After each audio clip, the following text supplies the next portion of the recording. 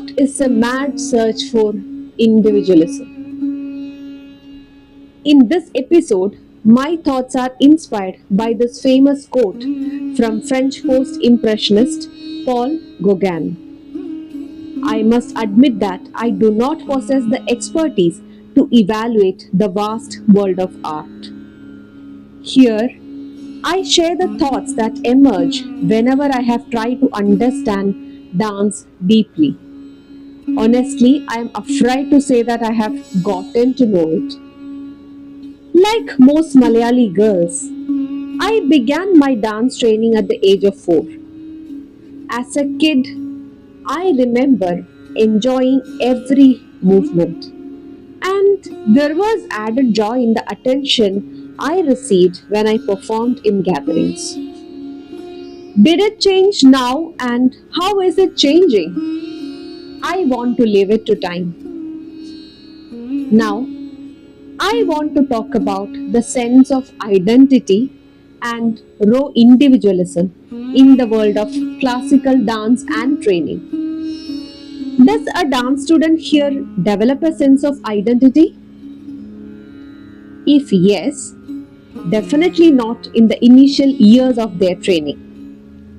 Because, at least in the context of Indian classical dances, the dance teacher, the guru, acquires all the focus of the student, whether they be deserving of it or not.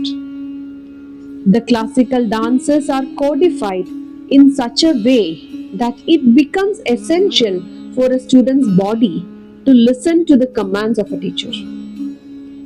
When we start training at a young age, this teacher becomes our consciousness.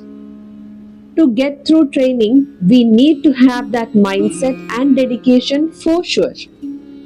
But as we progress and begin to recognize ourselves and explore our identities, we no longer see one teacher or one guru, but thousands of teachers around us, or one guru morphs into many. Each day, we will learn new lessons. Unfortunately, most teachers are reluctant to accept a student who deviates from the path or the set of instructions they have set for the student. Most teachers often ignore the individuals inside their students, either consciously or unconsciously. This is where I want to pause.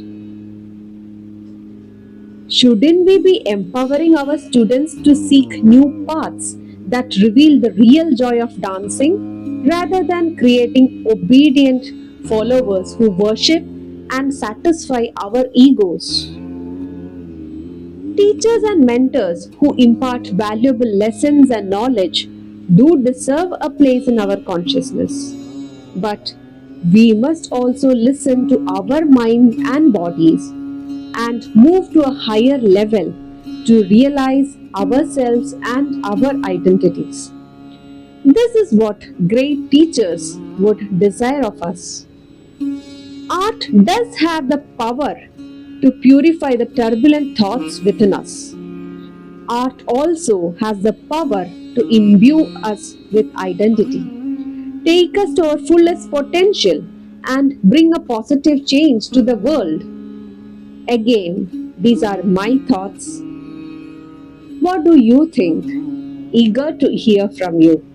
Until then, keep questioning, keep practicing, and keep thinking through the body.